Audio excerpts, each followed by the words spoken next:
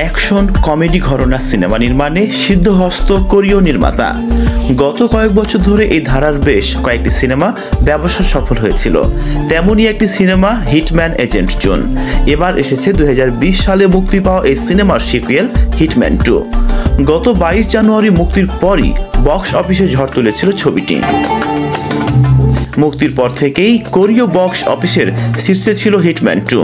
এখন ছবিটি শীর্ষস্থান হারালেও এর মধ্যেই যথেষ্ট ব্যবসা করেছে। 29 জানুয়ারি মুক্তির 8ম দিনে ছবিটি দেখেন 10 লাখ দর্শক। বছরের প্রথম কোরীয় সিনেমা হিসেবে রেকর্ড গড়ল হিটম্যান 2।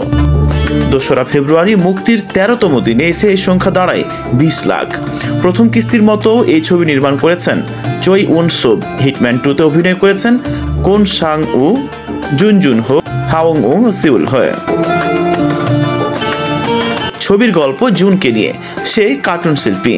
এবারের পর্বে দেখা যাবে শিল্পী হিসেবে সে বেশ যশ খ্যাতি পেয়েছে, কিন্তু মুশকিল হয় তার কার্টুন অনুসরণ করে সন্ত্রাসী হামলার পর। গোয়েন্দা সংস্থা ভাবে এসব ঘটনার পেছনে জুনের হাত আছে। প্রথম কিস্তির ব্যাপক সাফল্যের পর দ্রুতই আসে সিকুয়েলের ঘোষণা।